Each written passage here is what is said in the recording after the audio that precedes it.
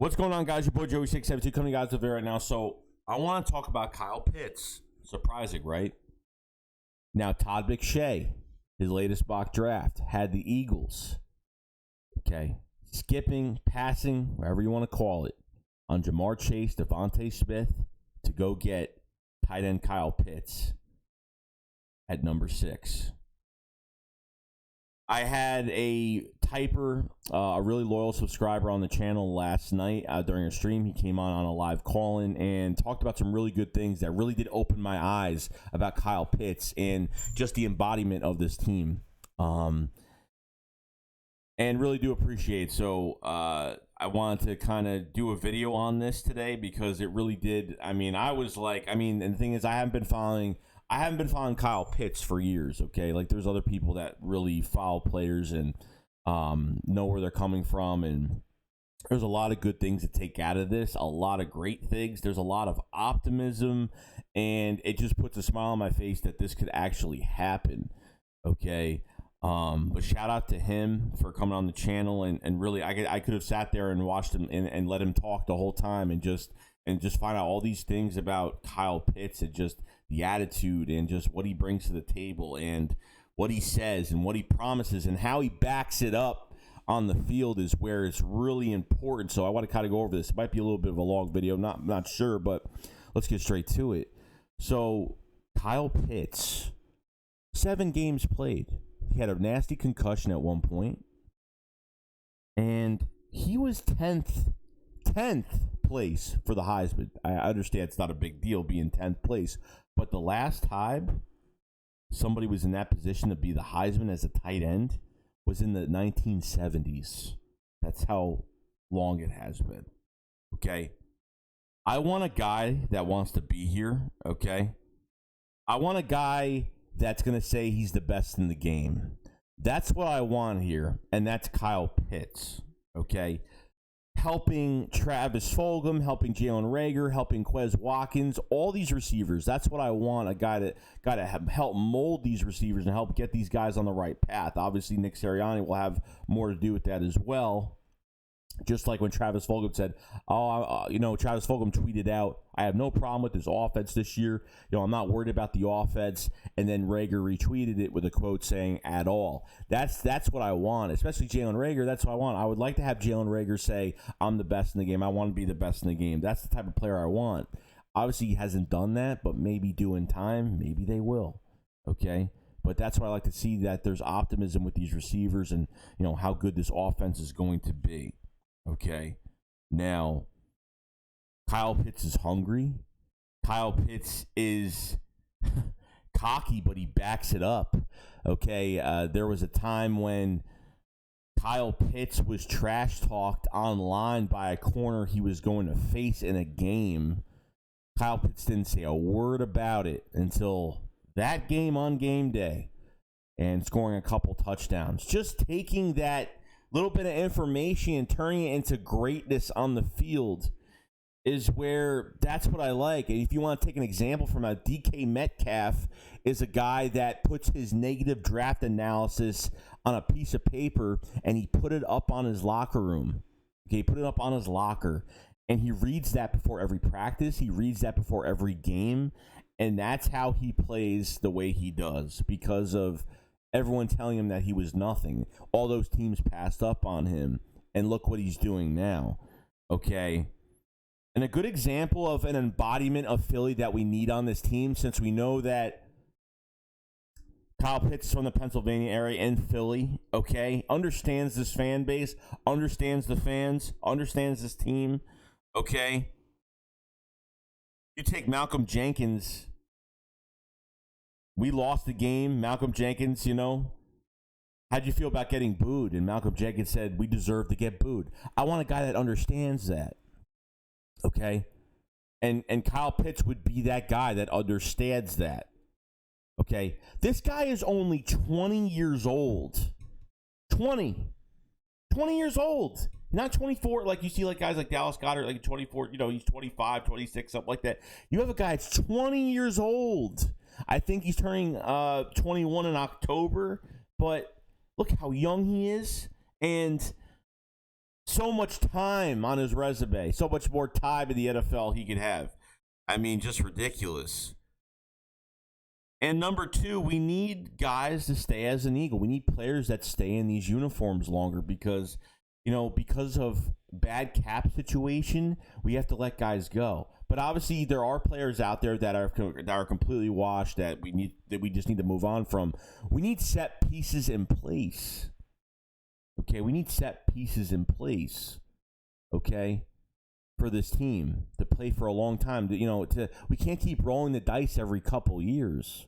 You know what I mean? This is why when you see a guy progressing really well in an offense or a defense, you keep him in there. You don't take him out and put a veteran in. And this is what this team has done. They've been taking out guys, putting in guys for so long that we have no set pieces on this team because of veteran favoritism or whatever you really want to call it at this point. Okay.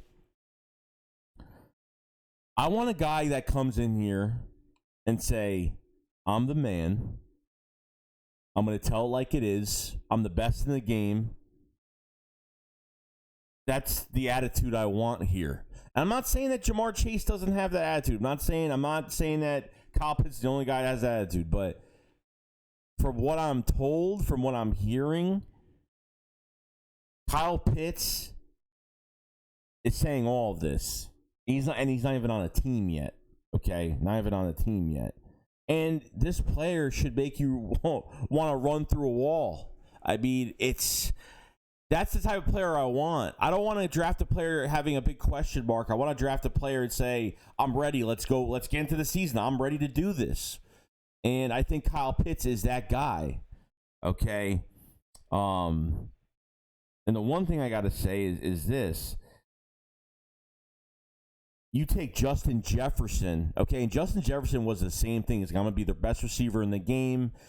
It was cocky, but I like guys, and I agreed with Big T on this as well last night. You like guys that are cocky, but you like guys that back it up. Kevon Wallace talks a lot, but doesn't back it up, okay? And obviously this year we're going to see how much of a good safety he is.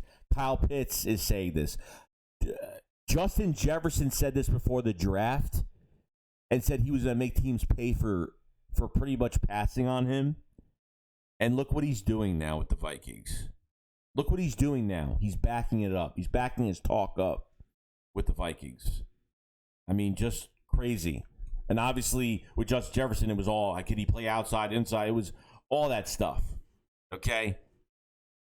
And look how he is now. It's just unbelievable. Okay? This is amazing. It really is.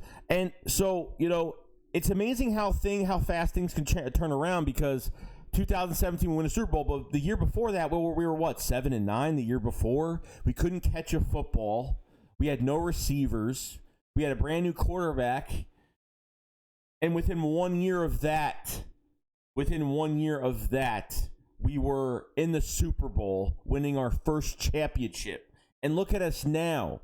Now, we don't even have our Super Bowl, winning coach right now. I mean, we had a head coach that won the Super Bowl 4 years back. We don't even have our head coach that won a Super Bowl. I mean, it's unheard of. And most of the players from that Super Bowl are going to be gone, especially this year. Youth movement. You got to have veterans on this team to teach the young bucks what they're doing. Okay, that's why you need veterans on your team. You don't just have young guys and that's it.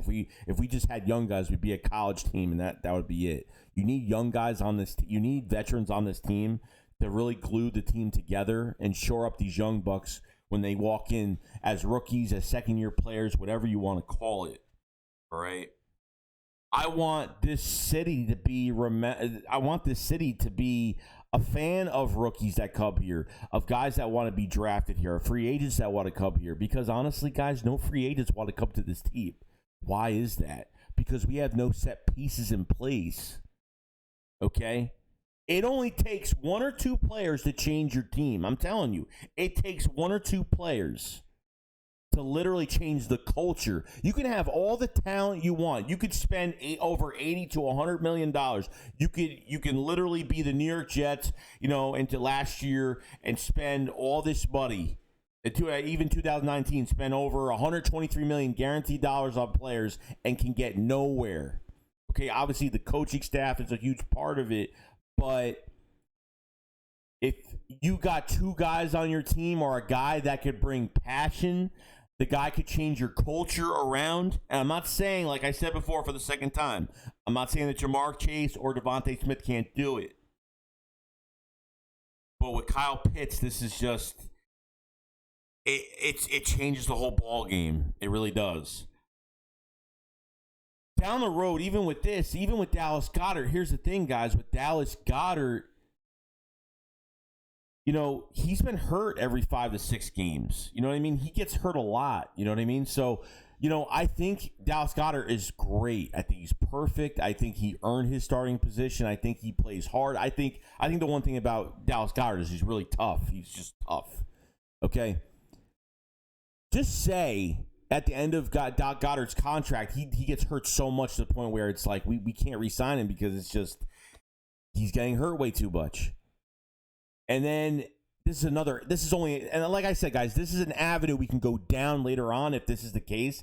You know, if you get into this draft next year, just say that, or the year down, or year after that, but depending on Goddard's contract, and you need another wide receiver, God forbid you need another wide receiver, you get that first round pick from the Colts, there's a lot of things you could use from it. And Goddard doesn't get re-signed to a bigger deal, and you release Goddard, you got Rager still on this roster. You got Kyle Pitts still here that could be a tight end, and you can move guys around and draft another receiver down the road.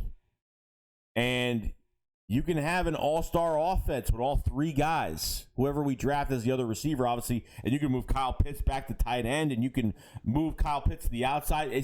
That's why I'm saying you could do so many things with this, okay? Even Kyle Pitts as the X-receiver is perfect, and just say if you want to do a double tight end set and throw Kyle Pitts there, maybe throw another receiver on the outside in 2021, you know, just to add more mismatches. This is why you'll have more of a mismatch nightmare with Kyle Pitts, because he can play both positions and play both of them very well. Okay? That's the difference you're getting with Kyle Pitts over these other receivers. I'm not saying that Jamar Chase might have more yards than Kyle Pitts. Most likely he probably will.